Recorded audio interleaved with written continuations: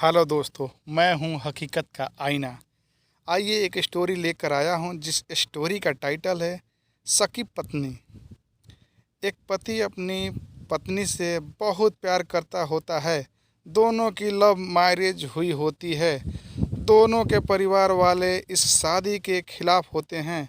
दोनों ने उनकी इजाज़त के बिना शादी की हुई होती है। वक्त गुजरता जाता है और वक्त के साथ दोनों के झगड़े भी शुरू हो जाते हैं। पति अपने काम की वजह से उसको वक्त नहीं दे पाता।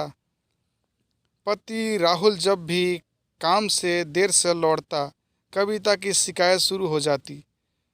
उसकी कोई ना कोई फरमाइश होती थी जो अधूरी रह जाती थी। कविता को शक करने की बुरी आदत थी, जिसकी वजह से उन दोनों के झगड़े कम नहीं हो रहे थे। राहुल बेचारा दिन भर मेहनत करके इतना कमाने में लगा था कि किराए के मकान और घर का खर्चा अच्छे से निकल सके।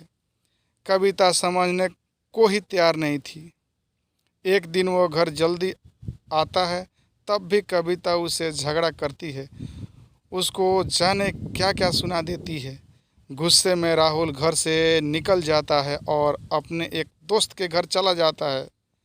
कविता को बहुत चिंता होने लगती। रात के 12 बज जाते हैं और राहुल का पता नहीं। इतने में घर के दरवाजे की घंटी बजती है। वो दौड़कर दरवाज़ा खोलती है। कविता को दरवाजे पर राहुल नहीं, पुलिस वाले दिखाई देते हैं। उनके हाथ में राहुल का कोट होता है और वो बताते हैं कि राहुल का एक्सीडेंट हो गया है। आपको हमारे साथ शिनाख्त के लिए चलना होगा। कविता का रोना पीटना चालू हो जाता है। वो अपने आप को दोष देने लगती है। अपनी गलतियां उसको नज़र आने लगती है। मन ही मन वो अपनी हर भूल की माफ़ी मांगती है। वो अभी पुलिस वाले के साथ जाने के लिए निकलती ही है तो सामने से राहुल आता दिखाई पड़ता है। वो भागकर उसके गले लग जाती है और उससे माफ़ी मांगती है। उसका रोना बंद ही नहीं हो रहा होता। जब पुलिस राहुल के कोट के बारे में पूछती है तो वो बताता है कि एक चोर उसका कोट लेकर भाग गया था। शायद उसका एक्सीडेंट हो गया होगा।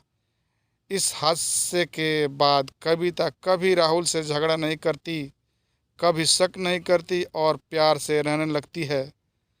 शक वो बीमारी है जिसका कोई इलाज नहीं हो सकता, तो दूर रहो इस बीमारी से मेरे दोस्तों। तो इस कहानी का उद्देश्य यह है दोस्तों, शक एक बहुत बड़ी बीमारी है। तो इस बीमारी से प्लीज़ आप दूर रहें, किसी के ऊपर शक ना करें। तो ये स्टोरी कैसे लगे मेरे दोस्तों, प्लीज़ कमेंट करके बताइएगा। तो चलिए मिलते हैं नेक्स्ट वीडियो में। तब तक के लिए धन्यवाद।